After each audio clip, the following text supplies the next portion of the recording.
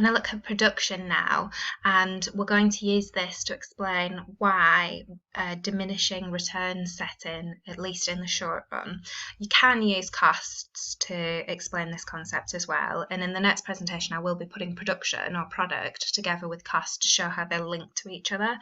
But I put the word production into Google Images, and this is one of the images that came back, and I just want to point out something that's going to become relevant later on. Is these workers here in a factory manufacturing, I think, computers they're putting together, but you can see that they've each got their own individual workstation and each got their own individual tools to be able to do the job. Okay, so that might not be relevant now, but it will become relevant later on. So this is a specification. There's a lot there, so I'll check that at the end of the presentation. So a few key terms for you. This is an AS1, factors of production, the resources needed to create goods and services, and you should know that it's land, labour, capital and enterprise. So the difference between the short run and the long run is that in the short run, one of these factors of production is going to be in a fixed quantity, and this means that there is going to be a maximum amount of output that the facility, the factory, whatever it is, the business can produce. So that's what that word scale of production remains fixed. Okay, there's going to be an actual maximum output that it can produce. Whereas in the long run, all the factors of production can be varied, and therefore the scale of production can change, the maximum output can change. So it's reasonable to think that if we're looking around a factory today and they say they can produce 10,000 units per day, it's reasonable to assume that in 10 years' time, if they invested and they got more machinery or they got a bigger facility, they would be able to produce more. Okay, total product then is the output of the firm, the total output of the firm. Average product is that total output divided by the units of factors of production. Now this is a bit different from when we looked at average cost, because when we're looking at average cost, we did total cost divided by number of units of output, whereas we can't divide it by number of units of output because that's what we're looking at, average product. So we're going to divide it by something else, and we're going to divide it by your variable factor of production. And in this case, or in most cases, it's labour. Labour is the variable factor of production. So if you have 8 employees, you get your total output, 10,000, as I said before, with the example I gave, divided by 8, and that would be your average product. And then marginal product is the additional output created by adding an additional factor of production. So in plain English, that would be if we added one more worker, how much extra could they produce? And it's to do with this marginal product why we're going to get what we call diminishing returns.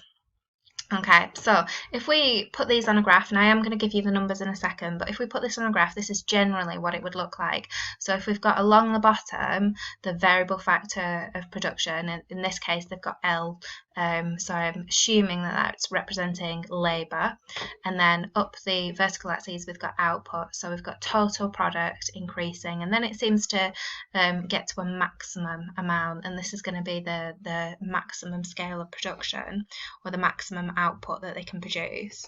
And if we look at average product, it has a point where it peaks and then it decreases, and marginal product, the additional output produced by adding another factor of production, increases at a faster rate than average product. It peaks itself and then it falls, and it eventually falls to 0, and that's where additional units of labour are adding 0 amounts to output. So that's like employing more people and they're just not doing anything, they're not adding in any way.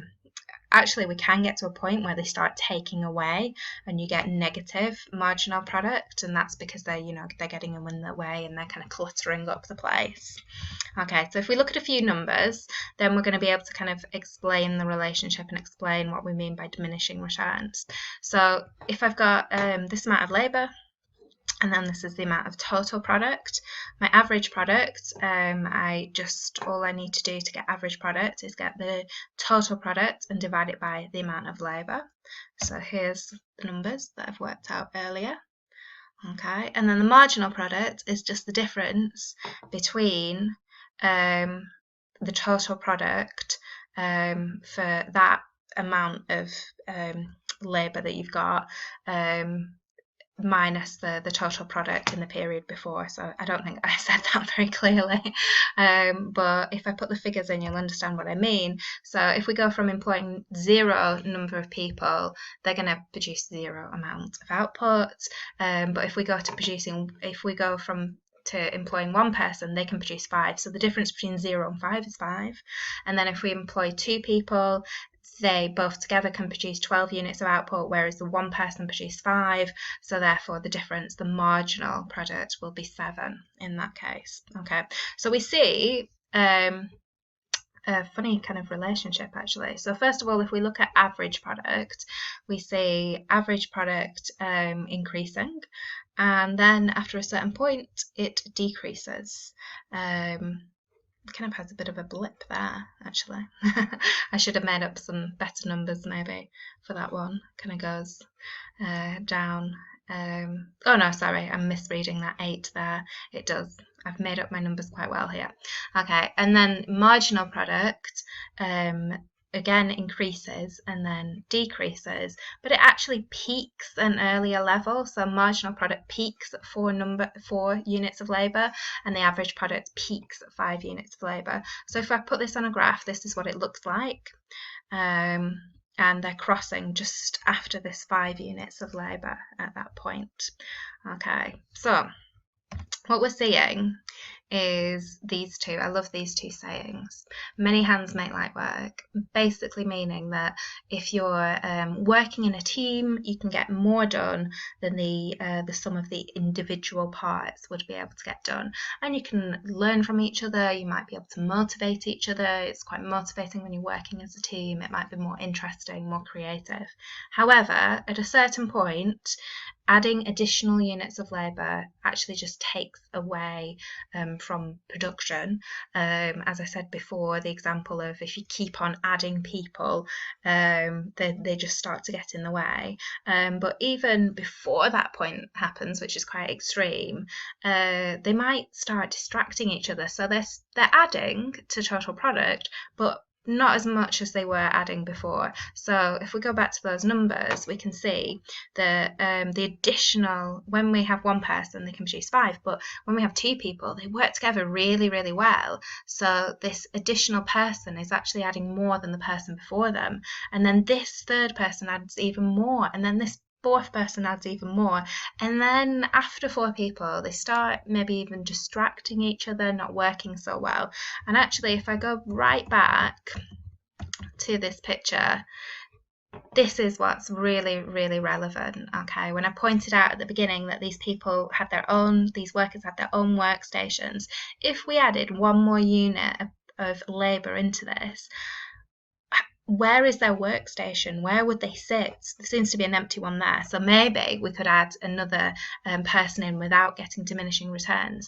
But if we go past that point and there's not a workstation, how are they going to actually produce the amount of work that the previous person would have produced? You know, with a workstation, obviously, you know, having a workstation, a computer and all the right tools will make them more efficient.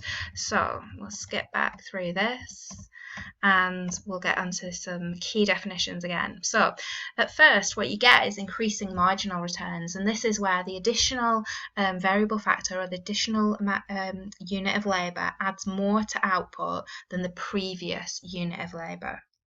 Then you get diminishing marginal returns, and this is where the additional unit of labour adds less output than the previous unit of labour. So we can see that happening with those numbers there.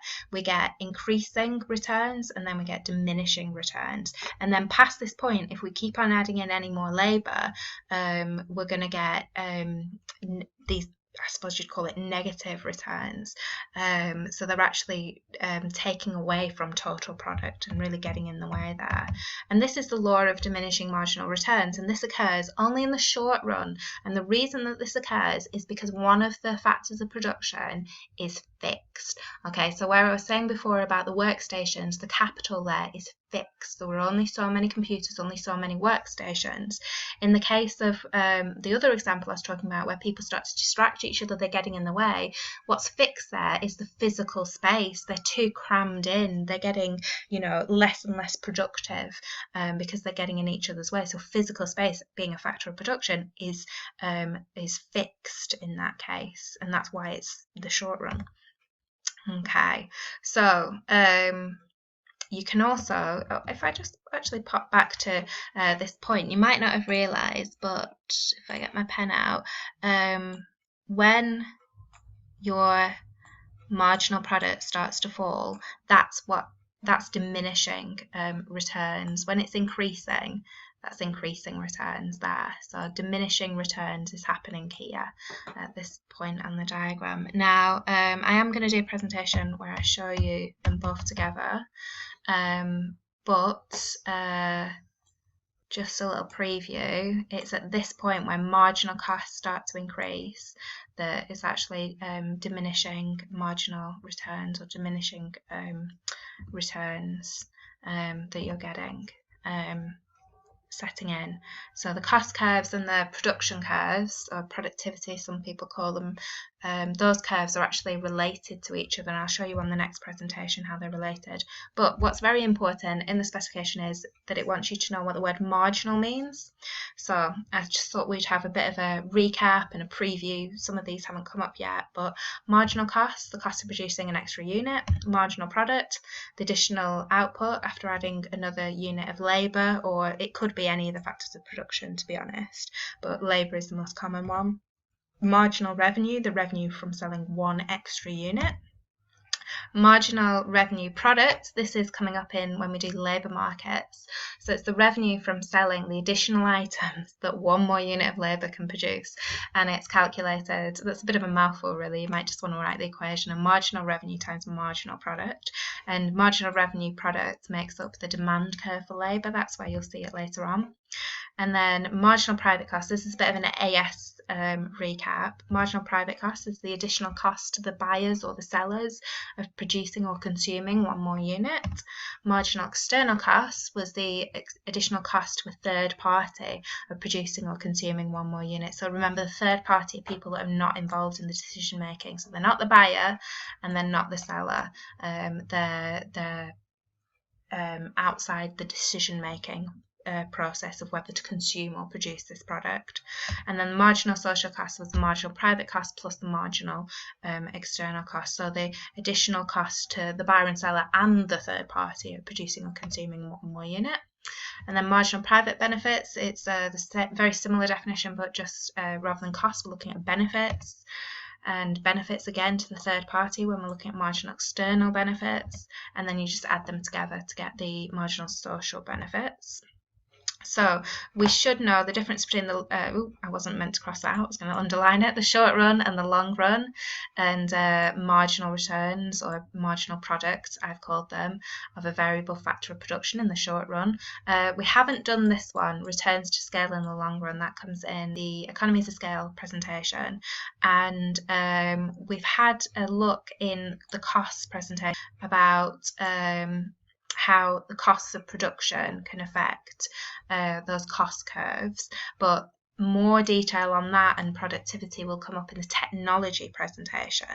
Okay, and we've covered all this stuff as well down here.